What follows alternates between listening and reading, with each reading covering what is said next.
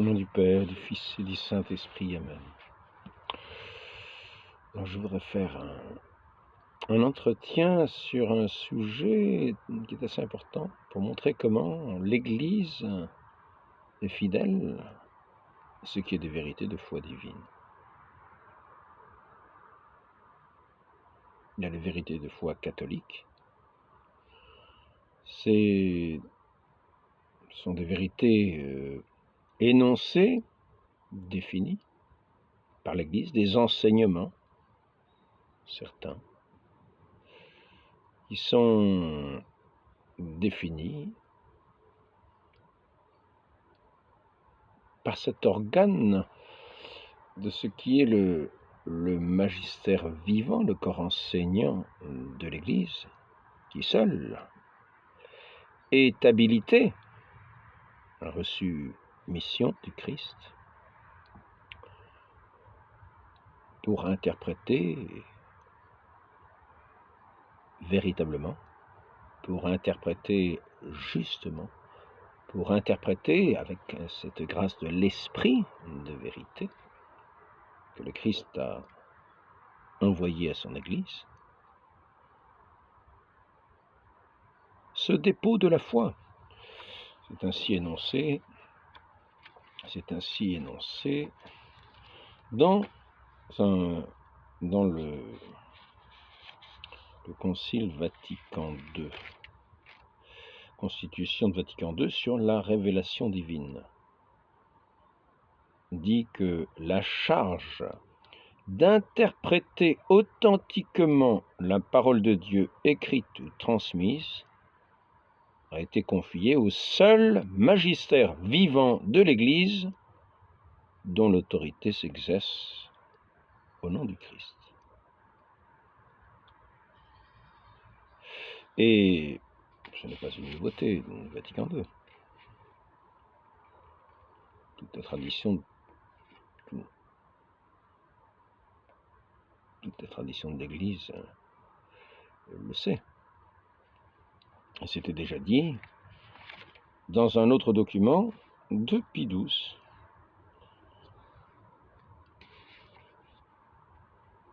qui reprenait presque mot pour mot, disons d'une façon assez proche,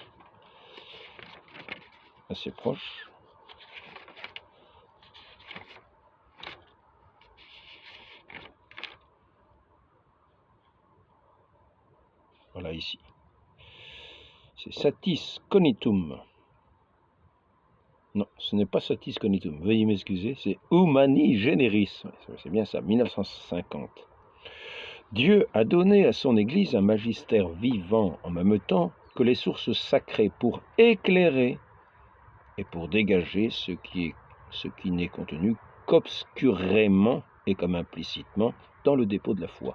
Alors certains vont dire, ce qui se conçoit clairement s'énonce, ce qui se conçoit clairement, enfin ça s'énonce d'une façon limpide.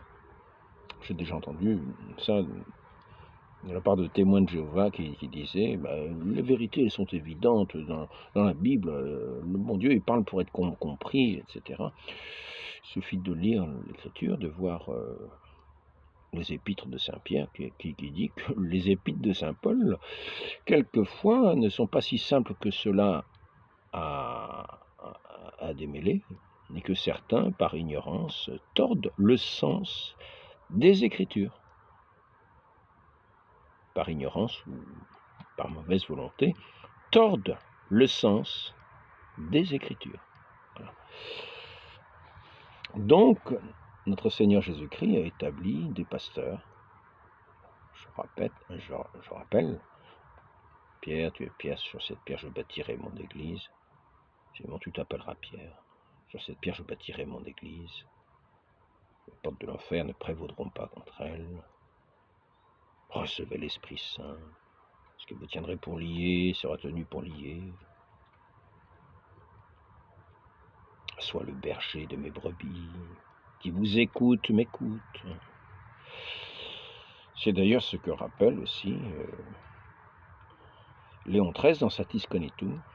Jésus-Christ a institué dans l'Église un magistère vivant, authentique et de plus perpétuel, qu'il a investi de sa propre autorité, revêtu de l'esprit de vérité, confirmé par des miracles, et il est demandé que les enseignements doctrinaux de ce magistère fussent reçus comme le sien propre. Qui vous écoute, m'écoute. Un autre document,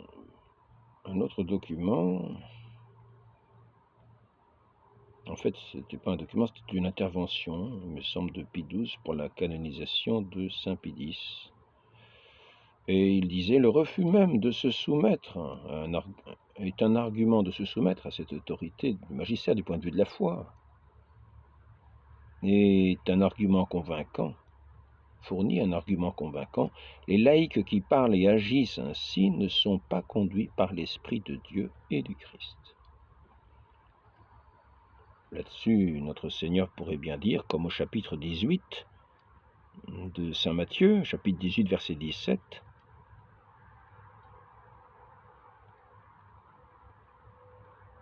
celui qui n'écoute pas l'Église, tenez-le pour un païen et un publicain. Je l'ai déjà dit souvent, mais c'est une référence intéressante.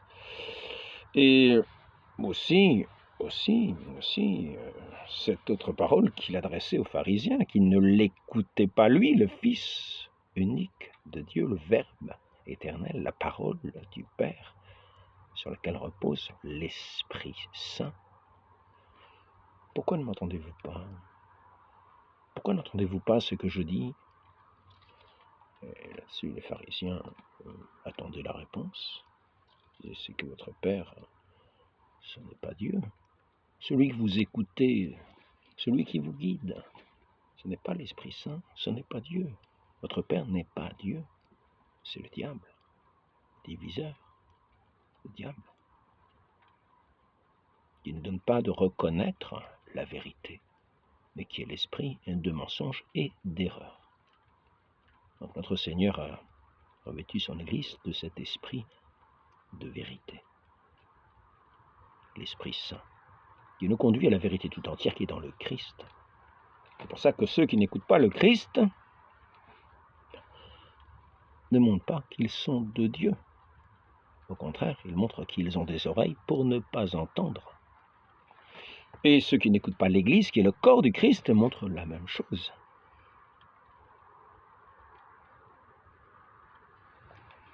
Donc, ce que je voudrais faire, c'est en revenir pour montrer la fidélité de l'Église dans son enseignement par rapport à ce qui tient des vérités de foi divine, c'est-à-dire des Écritures saintes. L'Écriture sainte, ce qui est surtout sorti de la bouche même de notre Seigneur Jésus-Christ. Et en lisant le catéchisme de l'Église, qui est principalement l'organe enseignant, le principal outil d'enseignement, afin que les fidèles puissent connaître la foi de l'Église, la foi enseignée de vive voix par notre Seigneur, et aussi tout ce qui est dans l'Écriture, tout ce qui est dans l'Écriture et démêlé par le magistère serait plutôt du ressort des vérités catholiques. C'est dans l'Écriture ou dans la tradition, transmis par écrit ou oralement. Le Saint-Esprit est promis pour se faire ressouvenir de ce qui a été dit, de ce qui a été enseigné par notre Seigneur. Il ne dit pas les Écritures seules. Donc l'Esprit Saint vous fera ressouvenir de ce qui a été, de ce que notre Seigneur nous a enseigné, et nous emmènera à avoir des oreilles, des yeux pour voir, des oreilles pour entendre, et à venir ainsi, nous qui sommes en cheminement, à la vérité tout entière. Un document assez étonnant que j'ai trouvé, qui semble très fort, c'est de Vatican II sur le salut, Les religions autres que le christianisme ne donnent pas le salut, il est donné par l'union vivante de charité avec Dieu, fondée sur la foi et source d'œuvre. Lumen Gentium, numéro 16. Et Unitatis Redintegratio, numéro 3. Nul n'entrera dans la vision béatifique sans la plénitude du message du Christ contenu dans la foi catholique.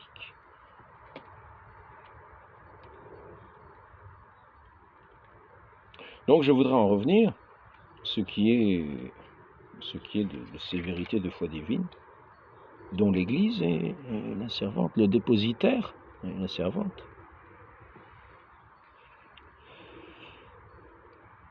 Constitution Vatican II sur la révélation divine, je répète, la charge d'interpréter authentiquement la parole de Dieu, écrite ou transmise, a été confiée au seul magistère vivant de l'Église, dont l'autorité s'exerce au nom du Christ.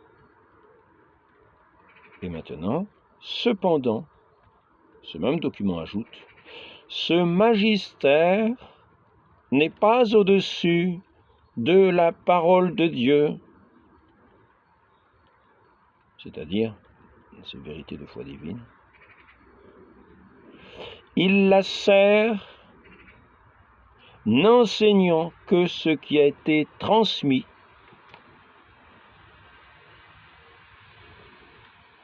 puisqu'en vertu de l'ordre divin et de l'assistance du Saint-Esprit, il l'écoute pieusement, la garde religieusement, l'explique fidèlement.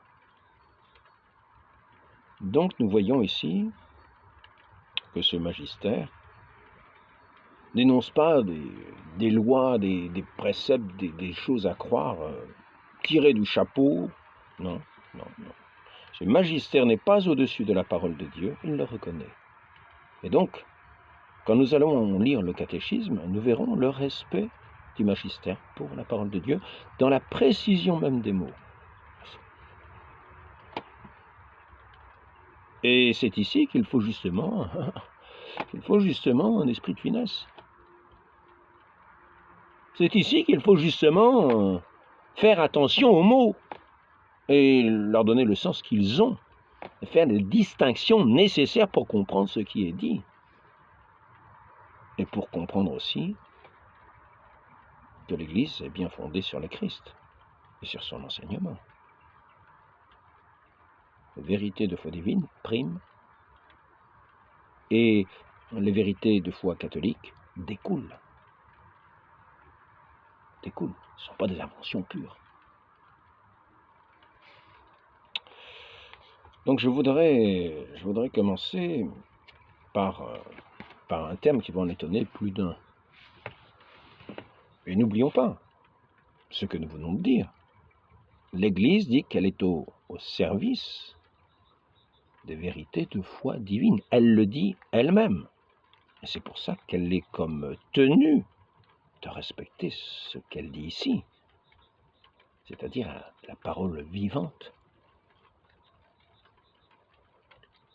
sortie de la bouche du Christ, en particulier, mais aussi la parole de Dieu contenue dans les Écritures. Donc, je voudrais commencer par cette remarque. Je ne vais pas faire un débat d'une heure. Hein. Simplement, je voudrais rétablir quelques petits éléments pour éviter qu'on ait la liberté de papillonner au-delà des vérités de foi divine, de l'enseignement, de la révélation divine, qui nous a été pleinement révélée dans le Christ. Il ne s'agit pas de papillonner et d'inventer nos petits arrangements pour se faire plaisir les uns les autres. Ce que l'Église tient avec rigueur, tenons-le nous aussi avec rigueur, sinon nous n'avons pas vraiment des oreilles de disciples pour écouter. Donc, je voudrais commencer par une distinction importante dans les mots. Voilà. C'est au sujet de la nécessité du baptême au catéchisme de l'Église catholique, numéro 1257. Tout ce qui est dit est très justement dit. Mais il faut faire attention aux nuances. Et l'Église ne se permet pas de démolir ces nuances. Elle les maintient en maintenant le sens précis des mots pour bien dire précisément ce qu'elle veut dire et ce qu'il en est des vérités de foi qu'elle enseigne. Le magistère n'enseigne pas des choses qui sont simplement des choses que l'on croit à peu près. Non, ce sont des connaissances sûres qu'elle enseigne et auxquelles nous sommes tenus de croire. Parce qu'elles sont vraies. Parce que l'esprit de vérité, l'Esprit Saint, l'esprit de vérité, fait adhérer à ces vérités si nous l'avons. Si nous ne l'avons pas, bien sûr, nous passerons à côté. Nous irons écouter la voix de tous les enchanteurs, de tous les aveugles qui guident les aveugles, de tous ceux qui sont privés d'esprit de vérité, et qui le prouvent en méprisant tous les jours la parole de l'Église. Donc, le Seigneur lui-même affirme la vérité. Ça, c'est une vérité de foi divine. Le Seigneur lui-même l'affirme. On est prévenu, et c'est clairement dit. Donc là, il n'y a pas besoin de dire ce sont des choses qui sont à moitié dites. Non, c'est clairement dit. C'est une vérité clairement dite. Le Seigneur lui-même affirme, vérité de foi divine, que le baptême est nécessaire pour le salut. Saint Jean, la référence principale de ce texte, c'est Saint Jean, chapitre 3, verset 5. Aussi a-t-il commandé lui-même à ses disciples d'annoncer l'Évangile et de baptiser toutes les nations. Annoncer l'Évangile, cette parole de vérité, ce royaume des cieux tout proche, cette parole de vérité, ceux qui sont sous la mouvance de l'Esprit de Dieu entendront ces paroles divines de vérité, ces paroles de Dieu, qui sont sous la mouvance du Saint-Esprit, qui sont en chemin, qui sont peut-être encore loin, entendront ces paroles et les recevront et y adhéreront. Ils reconnaîtront la voix du bon pasteur. Ils ne reconnaîtront pas la voix des étrangers. Non, la voix des étrangers, on entend quelquefois à l'intérieur de l'Église. Attention. Aussi a-t-il commandé lui-même à ses disciples d'annoncer l'Évangile et de baptiser toutes les nations. Saint Matthieu, chapitre 28, verset... je ne sais pas ce que c'est... Je ne vais pas m'avancer, parce que c'est vrai que ma vue a baissé un petit peu. Le baptême est nécessaire au salut pour ceux auxquels l'Évangile a été annoncé, ça c'est le catéchisme qui le dit, et qui ont eu la possibilité de demander le sacrement. J'en ai déjà parlé dans une vidéo ou l'autre, vous pourrez la réécouter si vous voulez. Saint Marc, chapitre 16, verset 16, c'est la référence qui est mise. Et c'est ici le point important, mais c'est ici le point très important sur cette distinction que l'Église fait pour son enseignement, et où elle montre qu'elle est attachée aux vérités de foi divine. Car la référence qui était faite, sur la nécessité du baptême était cette parole du Christ, qui quelquefois peut paraître à certains mystérieuse. Nul ne peut entrer dans le royaume des cieux s'il ne renaît de l'eau et de l'esprit. Vérité de foi divine. Et donc que l'Église reconnaît comme telle et qui s'en fait la servante. C'est pour ça que l'Église affirme ici que le baptême est nécessaire au salut. Elle le dit. Le Seigneur lui-même affirme que le baptême est nécessaire au salut. Aussi a-t-il commandé, etc. Le baptême est nécessaire au salut pour ceux auxquels, etc. Donc, et c'est ici maintenant que je veux en venir dans la force de l'expression. L'Église ne connaît pas.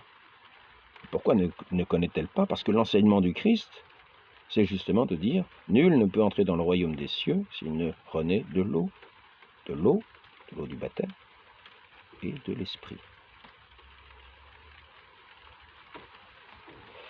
Donc, l'Église ne connaît pas d'autre moyen que le baptême, donc ce sacrement du baptême, pour assurer l'entrée dans la béatitude éternelle. Donc là, nous voyons bien que l'Église correspond parfaitement à ce que nous venons de dire, ce magistère n'est pas au-dessus de la parole de Dieu. Il la sert, n'enseignant que ce qui a été transmis, puisqu'en vertu de l'ordre divin et de l'assistance du Saint-Esprit, il écoute pieusement, la garde religieusement, l'explique fidèlement. C'est ce que l'Église fait ici. Malgré toutes les doctrines que l'on tient pour des certitudes, pour des connaissances, l'Église, ici, affirme qu'elle ne connaît pas d'autres moyens. Souvent on dit, il y a d'autres... j'ai entendu l'autre jour un prêtre qui disait, il y a d'autres moyens. Sous-entendu, peut-être dans d'autres religions aussi, il disait, il y a d'autres moyens. Alors, si ce prêtre connaît d'autres moyens, il connaît des choses que l'Église ne connaît pas et qu'elle affirme ne pas connaître. Comprenons bien la force de cette parole. L'Église ne connaît pas d'autres moyens. Elle n'en connaît pas d'autres. Si quelqu'un dit qu'il connaît d'autres moyens, il a des connaissances qui ne sont pas des connaissances de l'Église, qui, elle, ne connaît pas d'autres moyens. Je ne sais pas ce qui va se passer, je crois que la batterie va encore tomber en panne. Donc, c'est incroyable cette histoire. Elle tombe toujours en panne. L'Église ne connaît pas d'autre moyen que le baptême pour assurer l'entrée dans la béatitude éternelle. C'est pourquoi elle se garde de négliger la mission qu'elle a reçue du Seigneur, de faire renaître de l'eau et de l'esprit tous ceux qui pensent, qui peuvent être baptisés. Dieu a lié le salut au sacrement du baptême, mais il n'est pas lui-même lié à ces sacrements. Cependant, je rajouterais qu'il est quand même lié à sa parole de vérité. Notre Seigneur ne va pas contredire sa parole de vérité. Donc, il dit lui-même, celui qui m'aime garde ma parole. Donc, il ne va pas la rejeter. Alors ici, numéro 1258, c'est la suite de ce que dit l'Église sur le baptême. C'est intéressant de voir la formulation. Nous avons vu que l'Église ne connaît pas d'autres moyens parce que c'est de l'enseignement lui-même directement sorti de la bouche de notre Seigneur.